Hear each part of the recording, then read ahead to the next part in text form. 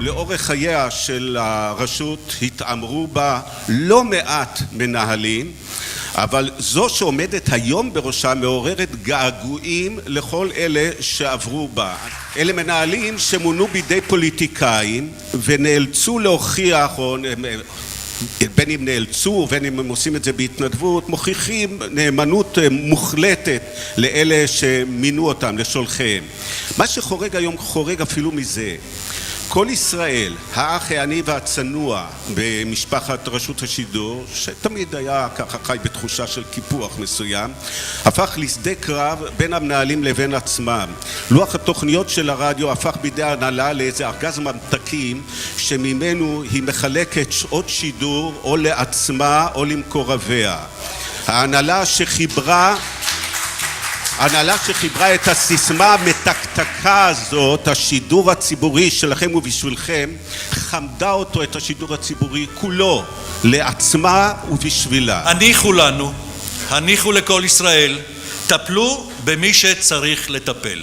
ואם ועד הבית הנוכחי נראה למישהו מהאלה שם בחלונות הגבוהים לא מתאים, תוציאו מכרזים, תחליפו אותם. זו פררוגטיבה של הממשלה. אפשר ללכת הלאה.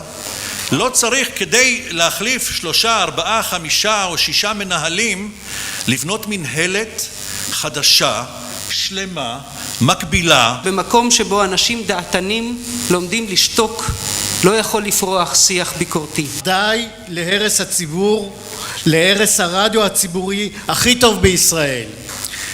די להשחית, די להשחתה המוסרית והמקצועית, די להתעללות בעיתונאי הרדיו בשידור הציבורי. חברים, אמנם אנחנו גויסנו מאונס, אבל אנחנו עושים את זה מתוך עזוז ומתוך הבנה שזהו קרב חיינו. הקרב על הזכות, על זכותו של הרדיו הציבורי לחיות בסביבה נקייה מפוליטיקה, נקייה משליחים נאמנים של פוליטיקאים ציניים ודורסנים. רדיו נקי מהנהלות ומזרועות ארוכות שכוחן היחיד הוא כוח הזרוע. אנשים בלי שום מחויבות לדמותה הדמוקרטית של מדינת ישראל. אני באיזו מין תחושה שאותה רקמה של ניהול שידעה בשעתו לעצור ולבלום ולאפשר שהלחץ הפוליטי לא יגיע מלמעלה אל האנשים שעבדו, הרקמה הזאת לא קיימת יותר ברשות השידור. אני לא משוכנע, אבל יש לי איזה מין תחושה שהקישור היחיד שבו נבחרים היום מנהלים ברשות השידור הוא אורך הלשון, וזה מאוד מאוד מטריד, מאוד מטריד. ועוד מילה אחת לפוליטיקאים, תעיפו את הידיים ואת הרגליים שלכם מרשות השידור.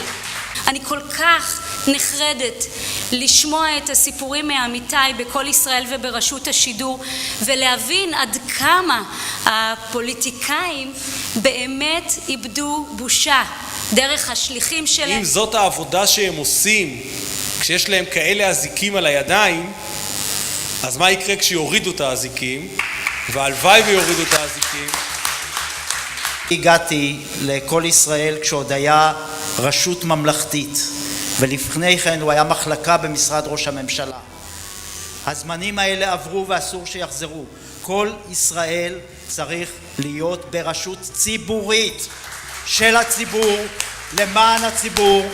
הכינוס הזה, חברים, הוא זעקה, אבל גם הצהרה. העיתונאים המעולים של כל ישראל אומרים בפשטות שהם לא מוכנים שיעשו מהבית שלהם, מהרדיו הציבורי של ישראל, את מה שעשתה ההנהלה המושחתת והמתועבת של רשות השידור לערוץ הראשון. העיתונאים המודאגים של כל ישראל מסרבים להפוך ללא רלוונטיים, מסרבים להיות האחרונים בשרשרת המזון של עובדי רשות השידור.